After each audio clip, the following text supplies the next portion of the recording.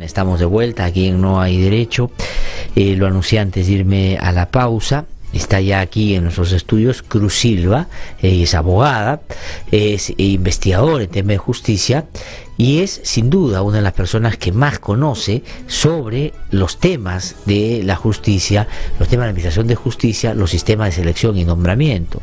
Cruz Silva hace bastante tiempo, diría yo varios años, ha venido insistiendo, pero no solo en términos mediáticos, en términos de la advertencia que se puede hacer públicamente, sino articulando algunas o activando algunos mecanismos que la propia ley orgánica del Consejo de la Magistratura prevé para que la ciudadanía pueda participar dando opinión sobre quiénes deben ser jueces o fiscales. De hecho, participó muy activamente, por ejemplo, para evitar que Hinojosa Pariachi llegue a ser fiscal supremo, cosa que se evitó, pero sin embargo el Consejo de la Magistratura cambió y resulta que lo hicieron vocal supremo, y ahí está. Por eso hace bien, y yo le agradezco muchísimo a Hinojosa Pariachi decir que en el caso de nosotros, o sea del IDL, los perseguimos, dice él, hace 7 años. Mejor dicho, porque ese no es el verbo que había que utilizar, que pusimos en evidencia quién era, y si en ese momento hubieran tomado las decisiones correctas, nos hubiéramos evitado probablemente muchas de las cosas que estamos discutiendo hoy. Cruz, ¿qué tal? ¿Cómo está? Qué gusto saludar. Buenos días. ¿Cómo estás, Gladys? Gracias por la venir a conversar con nosotros. Bueno, lo que necesitamos es saber, más allá de la buena voluntad que probablemente esté detrás de todas las acciones, cómo se está actuando frente a este problema. Y quisiera plantearlo en dos tiempos: en lo inmediato, o sea, ahorita qué se está haciendo, y cómo se está planteando la discusión al mediano y largo plazo, donde hay que hacer las reformas constitucionales, los cambios, lo que ha propuesto el presidente y el referéndum. Entonces, comencemos por lo primero, ¿no?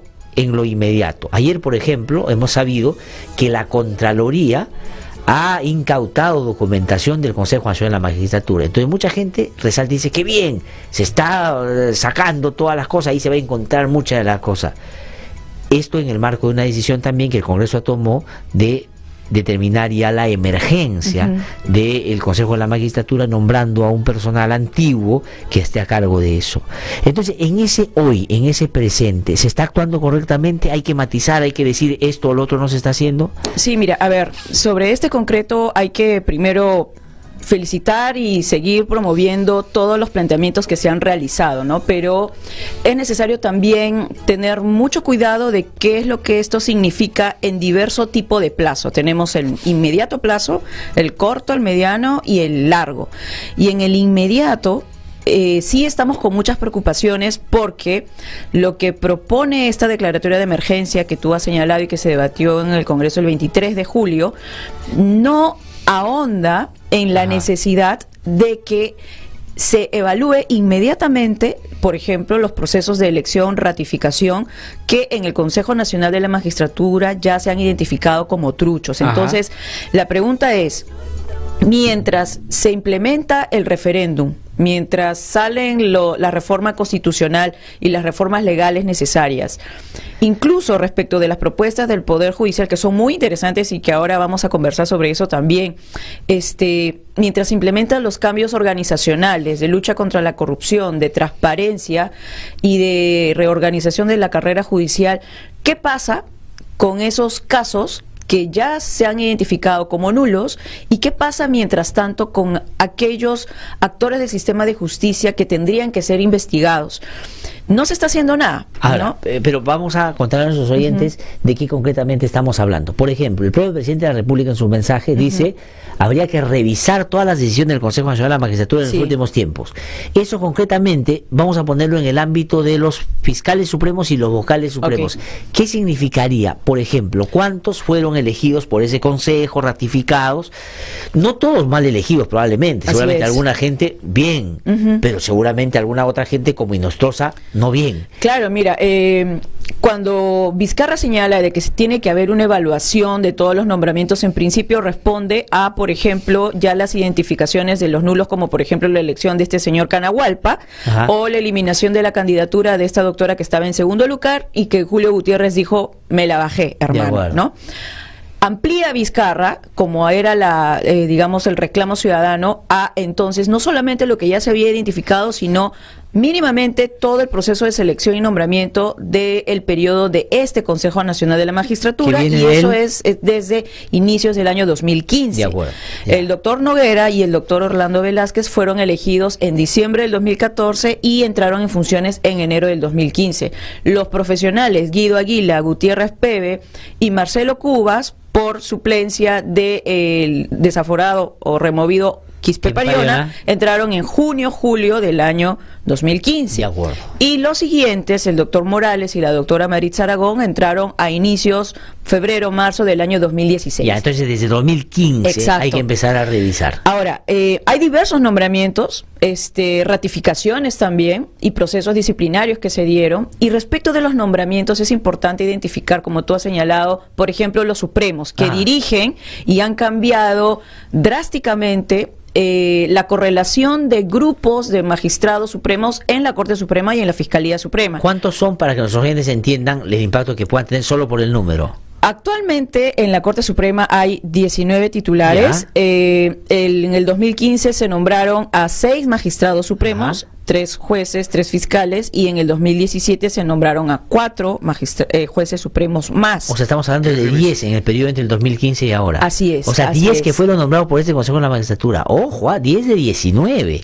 No digo que haya que votarlo, que todos fueron mal elegidos, pero por lo menos hay que mirar. Hay que evaluar qué es lo que sucedió, y ahí, en efecto, nos damos con muchas sorpresas, y lamentablemente esa evaluación no se va a dar hasta que, si se sigue como se está planteando, se apruebe el famoso referéndum. Por eso es importante que el Consejo Nacional de Magistratura actualmente pueda, más allá de que no se lo ha indicado la ley de emergencia, de declaratoria de emergencia, puede evaluar estos nombramientos, al menos para que los evidencie. Si es que no puede actuar directamente anulándolos, al menos para que evidencie que sobre ellos hay un problema. Por ejemplo, en el año 2015...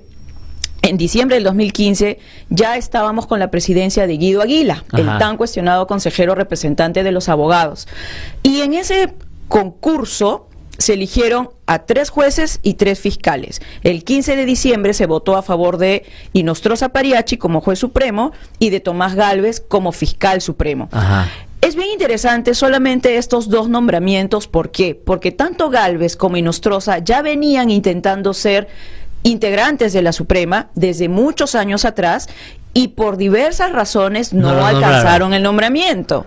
La gran pregunta es, ¿cómo es que en el 2015, borrón y cuenta nueva, cambio de 180 grados de una misma institución, es que estas 2 personas logran los nombramientos? Bueno, la explicación es el cambio de integrante del CNM. Así es un hecho objetivo.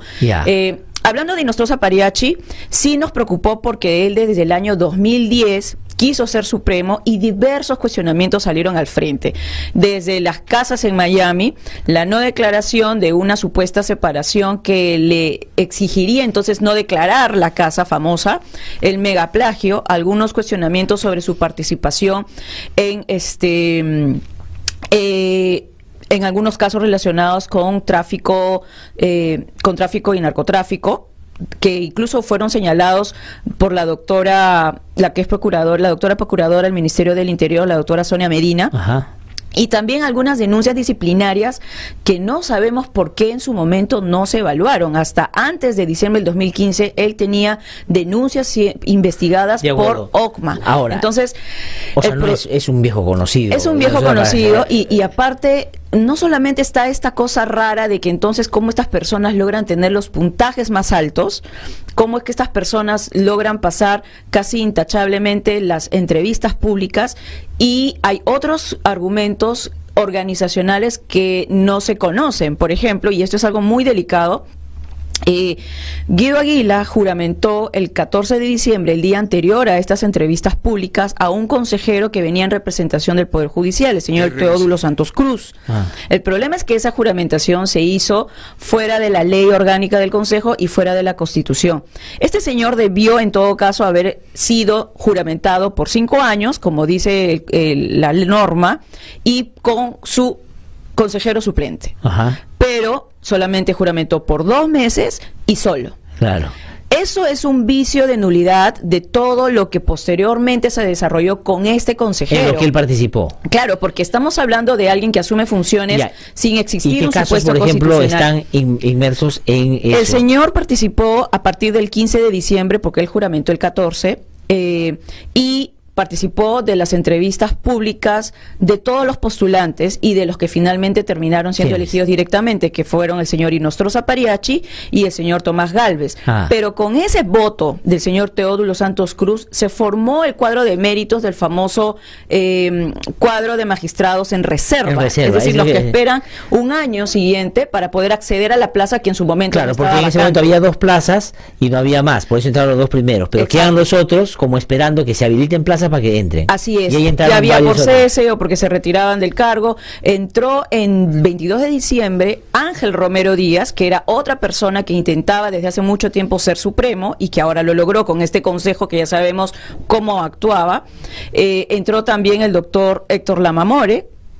Entró también el fiscal supremo Luis Arce Córdoba, entró Víctor Raúl Rodríguez Montesa, que de acuerdo a cómo es que hemos visto su actuación respecto de este caso, sobre todo con el periodismo de investigación, es una persona que está absolutamente descalificada para ser supremo. Ajá.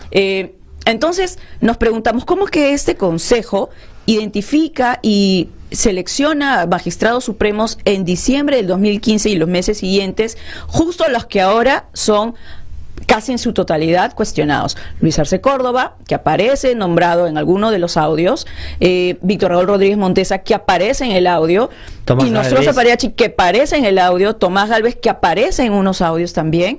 No, y él Eh, ha tenido que irse a la fiscal que investiga el caso a decirle por si acaso, yo he conversado con tal o cual, no vaya a salir el audio, y se quiere adelantar. No, y aparte Y de el propio Tomás Gálvez Chávez. hay impunidades, ¿no?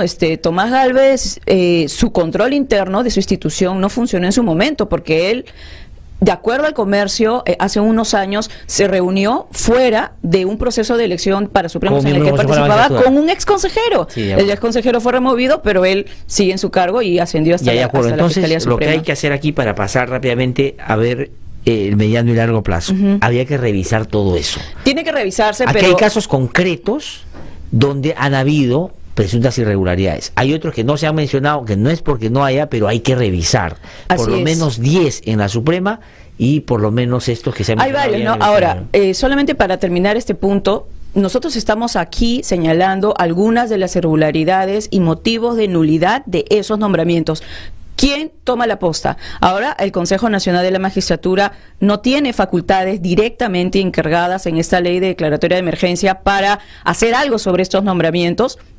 Luego, el Congreso de la República está demorando muchísimo y está apuntando sobre todo a un tema penal, y posteriormente no tenemos, por supuesto, los propios, la propia Corte Suprema y la Fiscalía Suprema no podría destituir, digamos, por así decir, a estos magistrados que tienen un nombramiento con vicio de nulidad. El Consejo Nacional de Magistratura pudo haber anulado estos nombramientos al año siguiente o a máximo a los 2 años. Actualmente lo que queda es una acción contenciosa administrativa que creemos firmemente cualquier persona interesada en cómo es que se ha venido nombrando los magistrados a nivel nacional tendría legitimidad para presentar esa acción. Pero lo cierto es que en lugar de procesar, por ejemplo, estos vicios de estos nombramientos y tener en el más corto plazo fuera del cargo por este vicio a estos magistrados, sin perjuicio de que se les siga investigando por las otras cosas, tenemos en el escenario de que ellos continúan en sus Sí, pues, funciones. Y además, eso me parece- Ángel Romero Díaz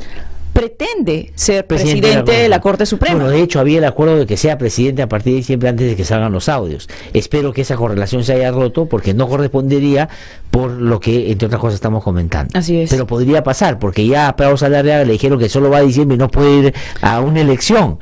Y eso es algo que no se entiende. Es como, por ejemplo, digamos, a ver, nadie puede convenir respecto de otro que no candidate, salvo que no se merece el cargo, que no tiene el requisito o que no da la garantía de independencia o parcialidad en esa función. Si en esos tres supuestos no se da la realidad, no puede haber ningún tipo de impedimento para que una persona postule. La sociedad no va a decir, hey, no es que aquí me tocó a mí, luego te toca a ti, todos queremos ser presidentes. Aquí hay otros bienes jurídicos supremos como una justicia independiente que se tiene que sopesar. No, además en la crisis en la que estamos, o sea, digamos, ahora, además. Es bien gracioso porque Prados Saldarriaga es elegido en un momento de crisis donde la institución necesitaba dar la máxima garantía a la sociedad de que van a hacer las cosas bien. La gran pregunta es, ¿por qué entonces si eligen al doctor Prados Saldarriaga no lo eligieron antes? Exactamente. No lo eligieron antes. No lo iban a elegir nunca. No lo iban a elegir nunca. ¿Y cómo llega, por ejemplo, Duberly Rodríguez? Duberly Rodríguez, tuvimos un evento el año pasado en la Universidad Ruiz Montoya y señaló claramente de que el problema de la corrupción no era el central en el sistema de justicia. Dijo que no había corrupción en redes, que había actos aislados. Ese es su punto de vista. Es absolutamente increíble y ahora lo que está proponiendo el doctor Prados Saldarriaga es 180 grados diferente a lo que había señalado. Antes, pues, se ha acabado. Carlito Bianco no está. ¿Voy a ir a un corte y regresar un ratito con Cruz Silva? Sí, porque quiero preguntarle un ratito sobre el mediano y largo plazo, lo que ha dicho el presidente de la República. Pero vamos a una pausa para que quienes están en los... Fernando Moreno y Enzo Anchante están en los titulares. Les voy a pedir por favor que vayan ellos con el microticiero de esta hora. Regreso, hablo unos minutitos con Cruz Silva para ver las medidas que ha presentado el presidente y luego entramos con nuestras entrevistas culturales esta mañana. Así que ya regreso un ratito.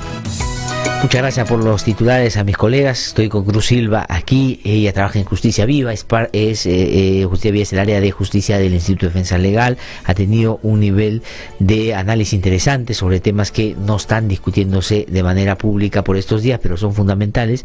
Y quería, para terminar, le he pedido, porque ella tiene que irse a una reunión corriendo, unos minutitos para que nos pueda decir dos cosas. Decisiones en el Poder Judicial que el presidente Prados Saldarriaga está tomando. ¿Cuáles son, digamos, que se podían advertir como en una buena dirección y cuáles habría que prestarle más atención? Y también la propuesta del Ejecutivo a través de la Comisión Wagner. Sí, mira, en principio es muy importante el documento que el doctor Prados Saldarriaga ha sacado sobre las medidas urgentes en los primeros 2 o 3 meses que él desea implementar. Hay diversas, desde el ámbito organizacional, desde el ámbito anticorrupción e incluso desde una reformulación de lo que es la carrera judicial. Y sobre ello es muy interesante que está retomando propuestas anteriores de otros presidentes. Por ejemplo, ¿cuál que podría, como por ejemplo las famosas facultades extraordinarias, sobre todo focalizando en todo este mecanismo amorfo y vivo que es la red de corrupción judicial que cambia día a día y mes a mes. Lo que está proponiendo Prados Saldarriaga es nuevamente poner en el tapete, debatir las medidas extraordinarias para que la Sala Plena de la Corte Suprema, con iniciativa de su presidente, identifique las diversas redes judiciales e intervenga con medidas lo que se impidió antes, provisionales. Cuando era San Martín lo que se impidió, ¿no? Entonces, esto al problema que estamos nosotros ahorita enfrentando y viendo es como que una de las cosas más activas, más inmediatas, más dirigidas al problema, además de, por ejemplo, la creación de los jueces especializados relacionados al control disciplinario dentro de la institución, lo que también es muy importante. Hablan también de, por ejemplo, que en la elección de autoridades judiciales relacionadas a la gestión judicial, estos candidatos pretendan acceder al cargo a través de, por ejemplo, las propuestas, transparencia, hablar de por qué ellos tienen el perfil y la trayectoria intachable para el cargo. Entonces, hay muchas cosas muy interesantes que van en la línea de la transparencia, y de control de la gestión judicial. Lo que sí sería muy importante y no se ha podido identificar de estas medidas urgentes es, nuevamente, la revisión dentro de su periodo de aquellos procesos o casos jurisdiccionales donde han sido productos de presuntos actos de corrupción. Se tiene que revisar, sobre todo en la Corte Suprema. Ahora, él ha dicho que van a hacer una casación, por ejemplo, sobre temas de violencia sexual, revisando los casos de Sosa Pariachi, en esa dirección. Ahora, la casación va como que hacia adelante, sí, pues, pero no necesariamente, y sería bueno porque ahí podrían haber supuestos de cosa jugada fraudulenta. Otra cosa bien interesante es que él ha propuesto una remoción de las OCMAs, mejor dicho, una reevaluación, pero no se está focalizando, por ejemplo, en la actividad de la gerencia general ¿no? Que también es súper importante porque son los que ejecutan los presupuestos, y también sería importante que él focalice en cómo es que los votos de los plenos de la Corte Suprema se deciden o se fundamentan para tener decisiones en casos importantes, mayor transparencia. Así es. Ya tengo que terminar. Y sobre el Ejecutivo, con cargo a que conversemos otro día. Mira, en el Ejecutivo ellos han puesto en el debate nuevamente el Consejo Nacional de la Magistratura, lo que está súper bien, y han tenido una propuesta de meritocracia muy relacionada al servir, que se suma a una comisión integrada por diversas cabezas del sistema de justicia. Es una propuesta más que hay que evaluar, pero hay que tener mucho cuidado de que aquí la meritocracia no es solo un punto, digamos, que se tiene que impulsar, sino que cómo hacer que ese procedimiento democrático no sea influenciado por la red de poder, que es lo que pasó en el sistema de representación y ha pasado en el sistema de elección de magistrados. Claro, que no es que el sistema era malo, sino la manera como... La prevención. Y solamente para cerrar, ha sido muy importante que retomen nuevamente lo relacionado a la ley, a lo que es transparencia judicial. Focalizan algunos documentos del sistema de justicia, pero sería bueno que a eso le sume, por ejemplo, la grabación de los plenos de las Cortes o de los consejos ejecutivos, y también que los votos sean públicos y motivados. Muy bien, me parece que por ahí está el debate, hay ideas, pero hay que abrirlo un poco más para que lo que se haga sea lo que realmente pueda hacer un sistema. Y que recuerden tanto el Ejecutivo como el Poder Judicial de que la sociedad civil tiene propuestas, y que a partir de la sociedad civil, guión periodistas de investigación, la identificación de todo este problema. Si no, no pasaba nada. Cruz Silva está con nosotros. Muchísimas gracias. Tengo que ir a una pausa, regreso en un instante y vamos a dedicarle como corresponde esta hora a la cultura. Ya volvemos.